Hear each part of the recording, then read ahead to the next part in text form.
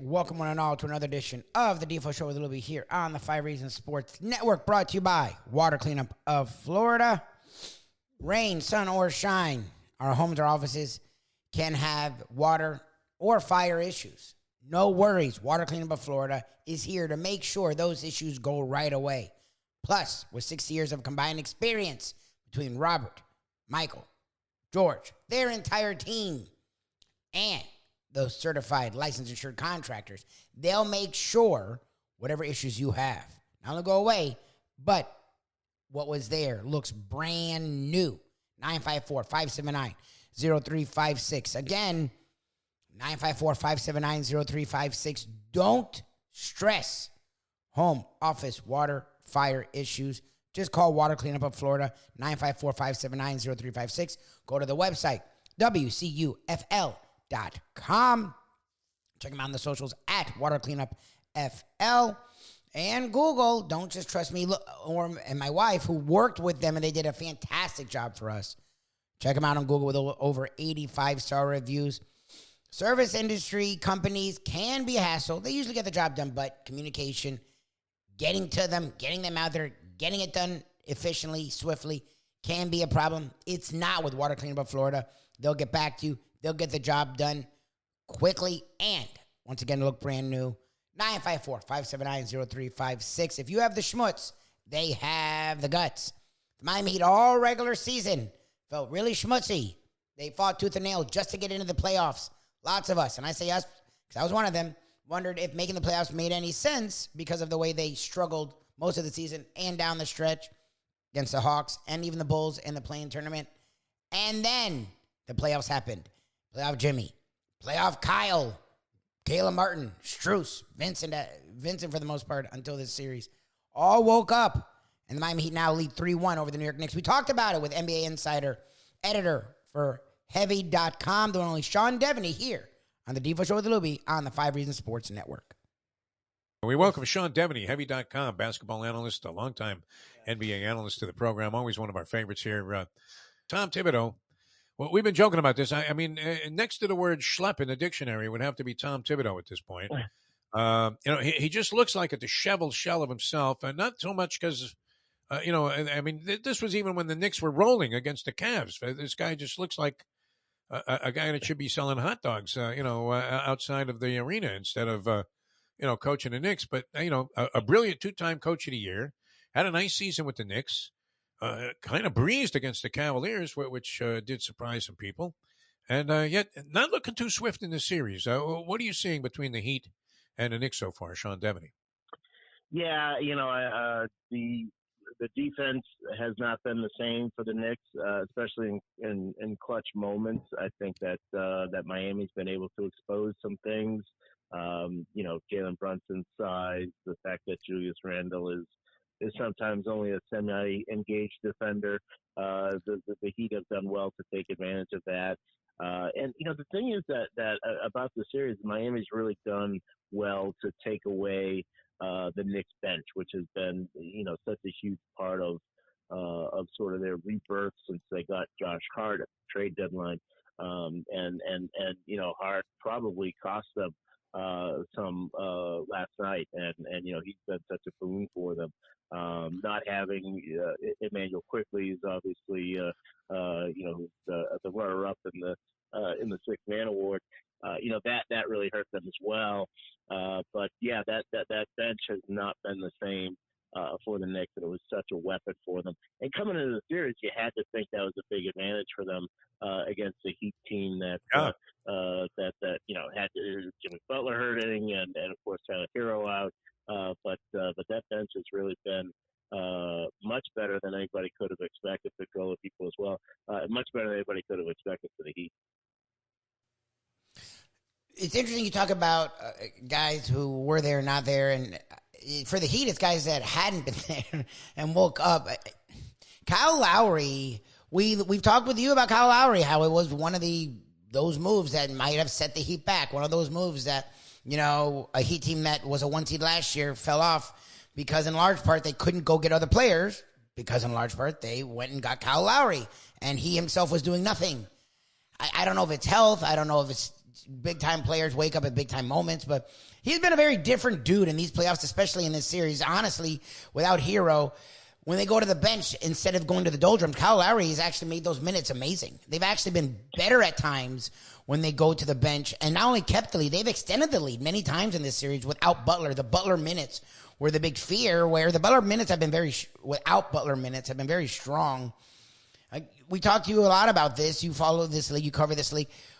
What has happened? Is it just health? Lowry said, look, I'm the healthiest I've been all year. Is it just that simple? Yeah, I do think it's that simple. And you'd have to get into the reasons of, okay, well, why weren't you healthy throughout the year? And did that have something to do with conditioning? Was it a chicken and the egg thing? Did the conditioning fall off because the health wasn't good, or did the health fall off because the conditioning wasn't good? That's something that I don't know. Maybe Kyle Lowry has an honest answer on that, but it certainly didn't look like he was in great condition, and that, at his age and in this league, with the physical demands of the travel and all that, that's going to cost you. And it certainly looked like that was the case for him, that age and the lack of exceptional conditioning that you need to, when you're going to be that age trying to play in the NBA, that all that combined. But, now you do see what I think Miami was hoping for from Kyle Lowry, especially in terms of, the toughness, but also the smarts to come off the bench and lead that bench unit, the passing. He's been very, very good as a playmaker for them, and that really hasn't been there all year. So, really throughout the playoffs, I'm pretty sure this is true, that when he has a plus game, as you look at his plus minus, if he's plus, the Heat win. And that's been true all throughout the playoffs. Certainly in this Knicks series, I'm not sure if it was 100% during the Bucks series. I know in this Knicks series, if his numbers are on the plus side, then the Heat win. That's just been a pattern, and you can understand why. Don't have a whole lot of other depth, but he's just been so good. Sean Deveney guesting with us here on the Defo Show. Heavy.com is where you'll find his work. Longtime NBA writer and analyst. And I think that playoff moxie that Lowry displayed when he was with Toronto was kind of that element that people were looking for here, and it just didn't seem to be there during the regular season in any way, shape, or form. No semblance whatsoever. But we are seeing that now. I mean, he's hitting a lot of key shots like he did when he was with the Raptors and was part of that championship team with Kawhi Leonard down the stretch here. I was reading an article today in the New York Post, Sean, about, and they were quoting Bam Adebayo talking about Erik Spoelstra, who, surprisingly in 15 years has never won Coach of the Year, even though regarded by general managers the best in the league. As the best coach in the NBA. And Adebayo was talking about this sort of clairvoyant component that Spoelstra has, where he's already thinking ahead to what other teams are going to do and how to maximize his chances of winning games, based on things that people may not have even seen yet or haven't thought about yet, that he's 2 steps ahead of everything. We read this question by Ron Rothstein the other day, and curious to see what you think about it. If Erik Spoelstra was an assistant coach to Red Klotz, would the Generals have been a 500 team, in your opinion? Is he that good? And I think that's a reasonable barometer, to try and measure a coach's success or failure. I think it's fair. Yeah. Okay. They would have been able to. They'd have been able to dust off, Gabe Vincent, and he would have down some threes. But I mean, it's the fact that he hasn't won a Coach of the Year. Jerry Sloan was the guy for so long. He was such a great coach, and has never won the Coach of the Year. And Spoelstra's kind of carrying that mantle, mostly because he had the LeBron, Chris Bosh, Dwayne Wade teams, and I think that no one was going to give him Coach of the Year during that stretch. But you get to this time of year, and the thing is, all right, so he gets credit for like Ben Adebayo said, for making adjustments during the playoffs and kind of seeing what he thinks is going to happen.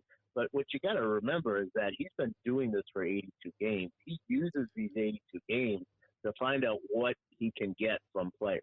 And, when you get coaches who keep guys glued to the bench during games in November and December, and then don't dream of turning to those guys when you have an injury or something at this time of year, and maybe you've got to ask for more from Caleb Martin or whether it's Duncan Robinson or Cody Zeller or even Haywood Heisman. You kind of already know what you're getting because you've seen it. You've developed that guy throughout the year. So many teams don't do that. They're so focused on winning the game in December rather than, all right, maybe you take the loss, but you found out something about a guy who might help you here in May. And so Spoelstra gets a lot of credit for those playoff successes. I think the thing that gets lost, though, is that he really prepares himself for that during the season.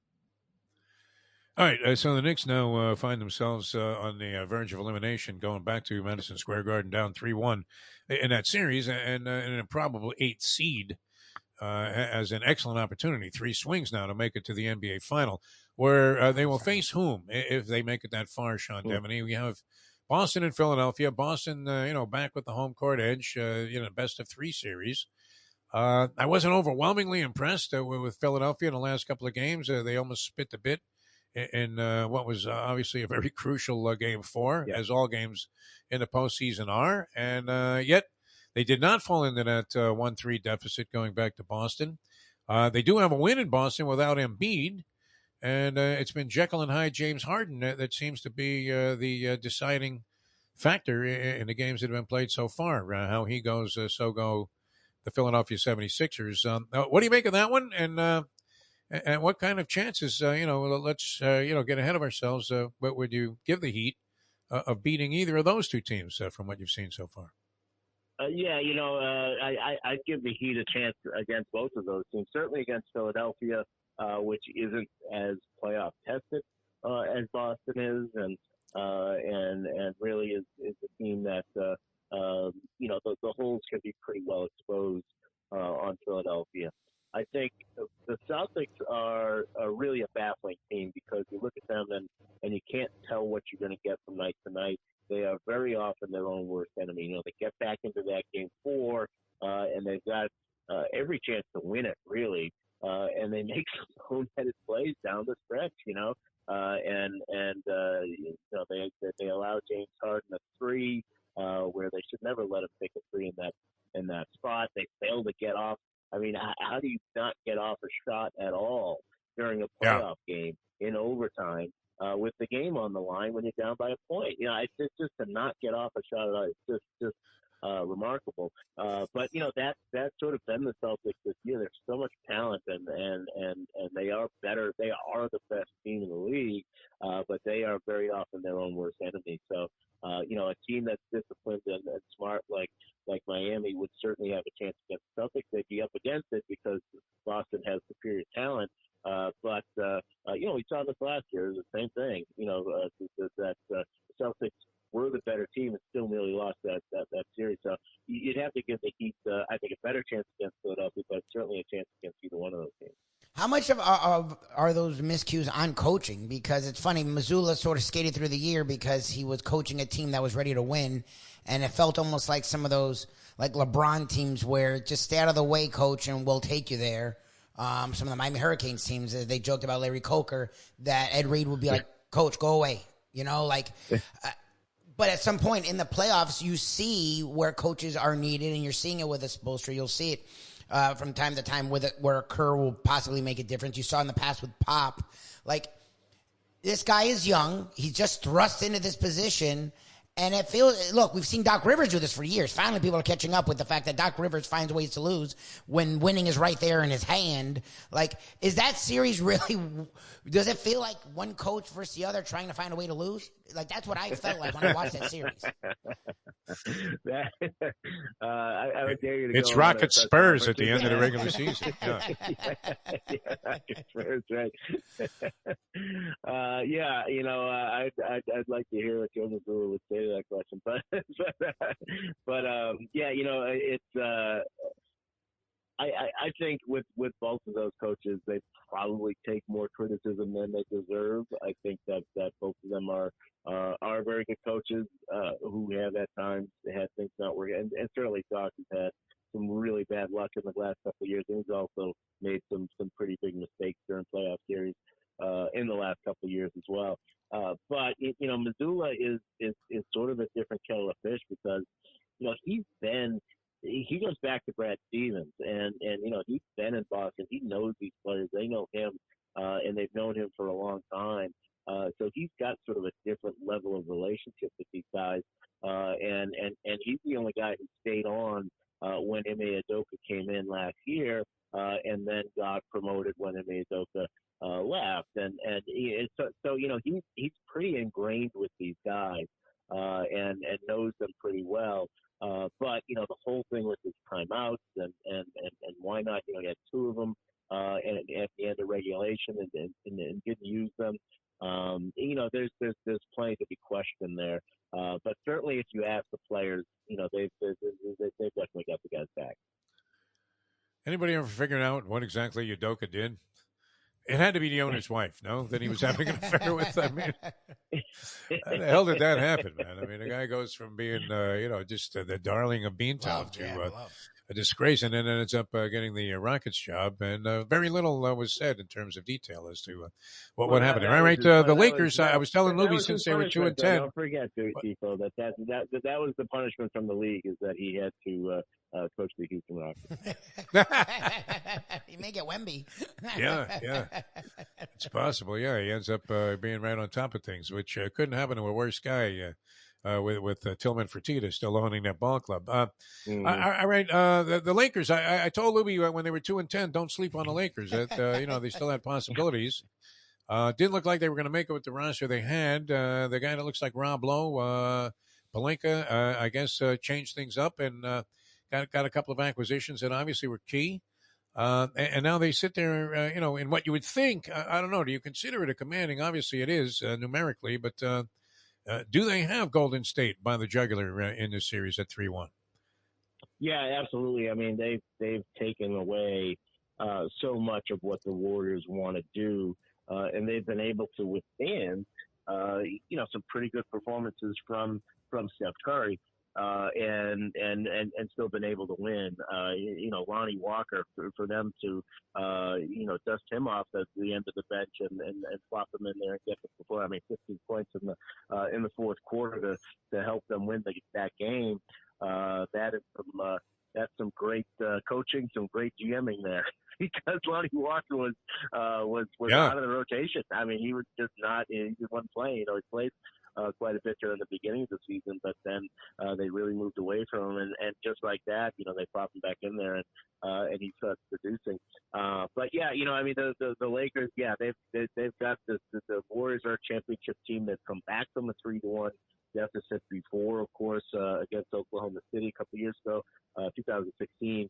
In the conference finals, and of course they blew a 3-1 deficit famously in the 2016 NBA finals against Cleveland. So they're probably more comfortable with 3-1 than anybody else, but the numbers are still I think it's 4.7% of teams in the history of the NBA have been able to come back from a 3-1 deficit. So yeah, it's hard to say the way that the Lakers are defending, and you can talk about Lonnie Walker and what Anthony Davis has done and all that. But the way that the Lakers are defending, they're taking so much away from the Warriors and what they want to do. Golden State shooting 30% from the 3-point line. Obviously they're not going to win very much when they do that. So the Lakers got to give a lot of credit to their defense. All right. I mean, perhaps they need to, bring more oxygen with them. The question, that seemed to be apparent. I wasn't sure that Phoenix was going to hold serve in their 2 games at home. They did against the Denver Nuggets and tied the series at 2 apiece. But can they win a game in Denver, in your opinion, Sean Deveney, and take the series? I think this, there's the old cliche in the NBA that role players play better at home. And I think we've seen that in this scenario. I still think that the Nuggets have much better role players and will be able to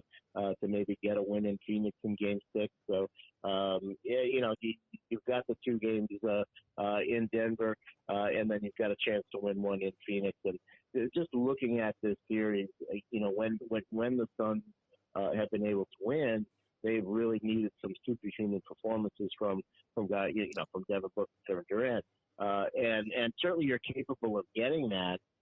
It's just a matter of can you rely on that? And I just don't. I think Denver is too deep in the end for Phoenix to keep up with them. Look, the basketball's been compelling, but I do want to talk about something off-season-ish, and Defo loves making fun of me for focusing on the off-season in the middle of the season, especially when the season's exciting. Yeah. Could be any more dramatic here. We have an 8th seed, maybe go into the finals. Lubie's already on 2024 draft and free agency issues. Well, no, I'm not worried about that. The play's compelling enough, but the coach, it's funny, Budenholzer is a guy that we've made fun of being on the hot seat for years. And even their one title run, it felt like was almost gifted because every star got hurt in their wake, leading them to a young Suns team, leading them past the Nets team that only had Durant. And even with only Durant, if his foot was a half a size smaller, they don't beat them.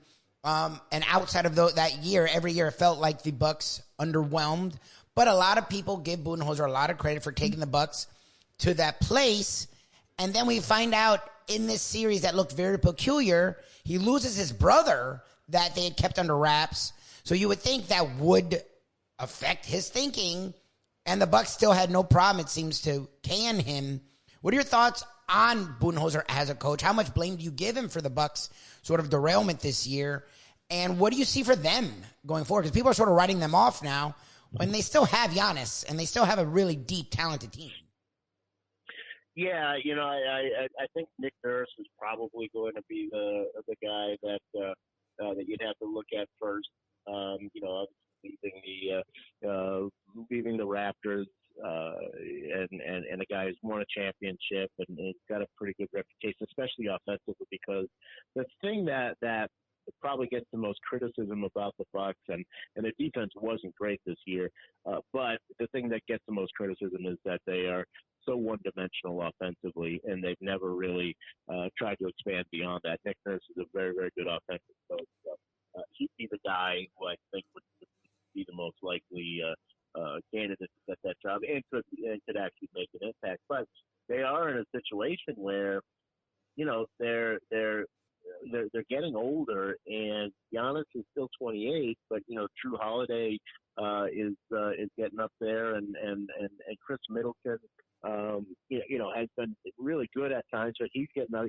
So you've got the other three, the other two in that threesome there are getting a little too old, and so they're trying to find a way to can we develop somebody else, or do we need to make a trade? Middleton's going to be a free agent.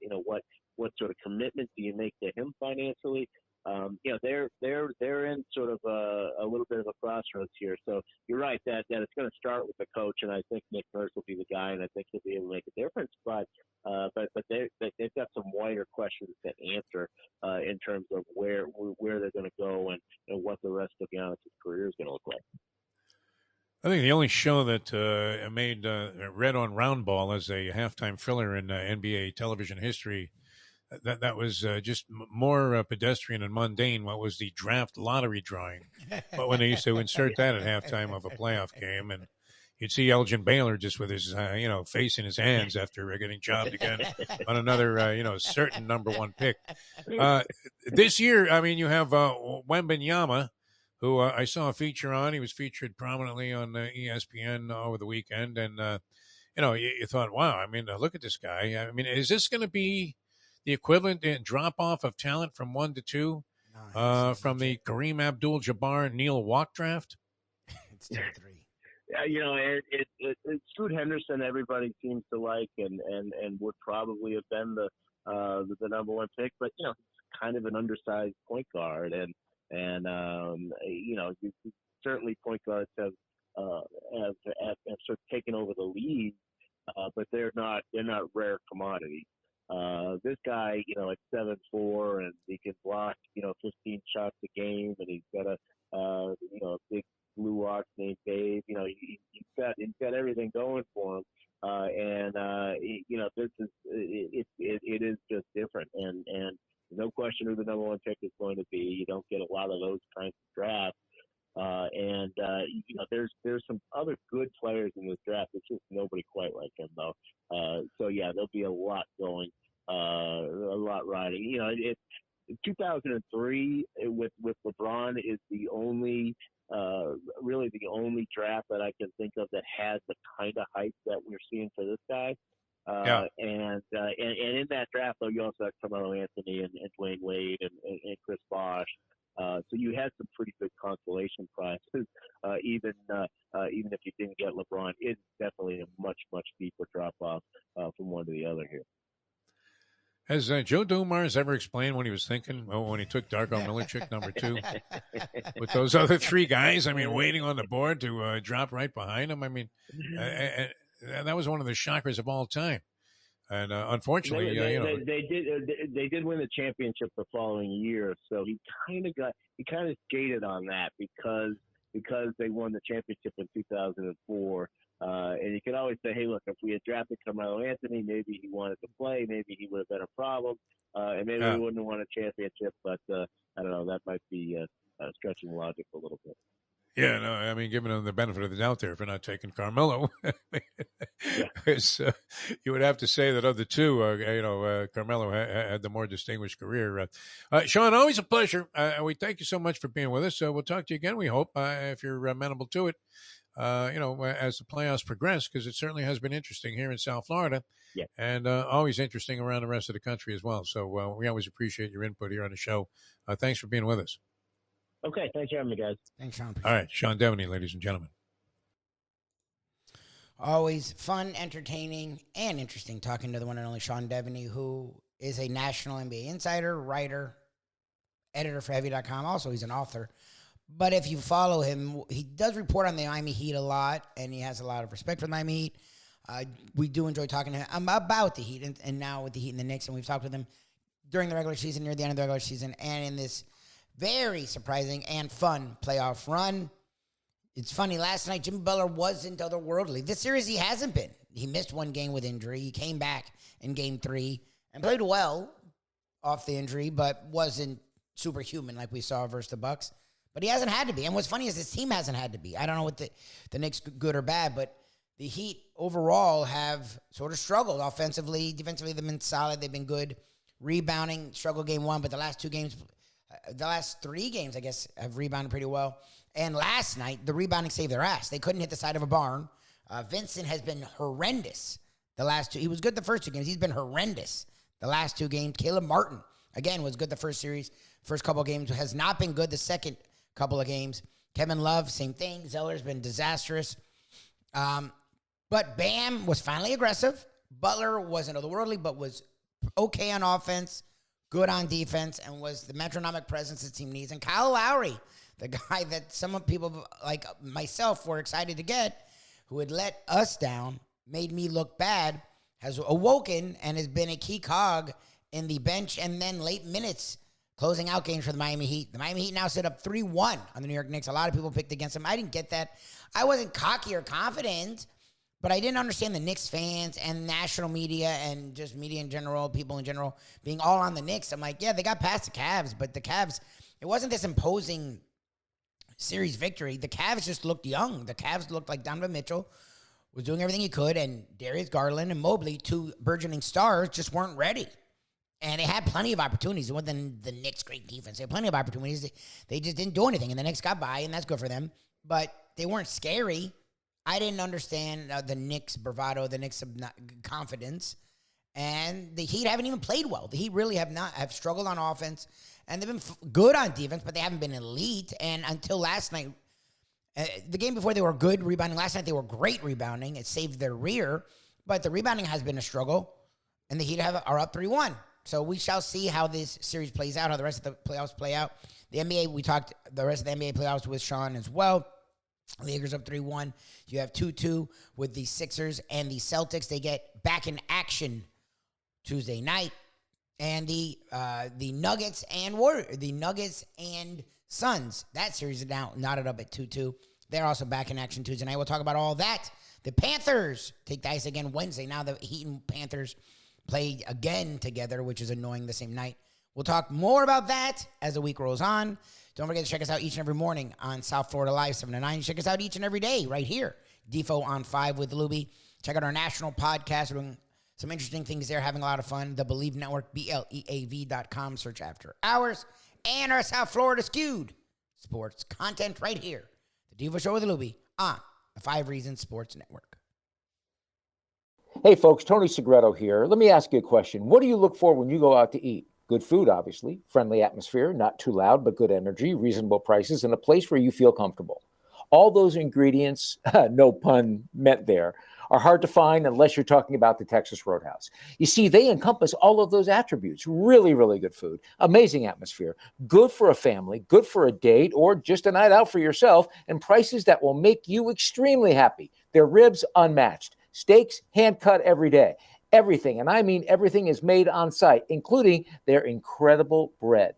It's the one day, folks, that you can forget about low-carb diets. Trust me when I tell you, Texas Roadhouse, your restaurant, your destination when you say, where should we go and eat tonight? These days, we're all looking for comfort anywhere we can find it. Thank goodness for Landlubbers Raw Bar and Grill in Plantation, because they are making sure you are as comfortable as possible. First of all, they're not only open for delivery and pickup. All you have to do is go to landlubbersbarandgrill.com for both pickup and free delivery. You're going to have the best wings in the world.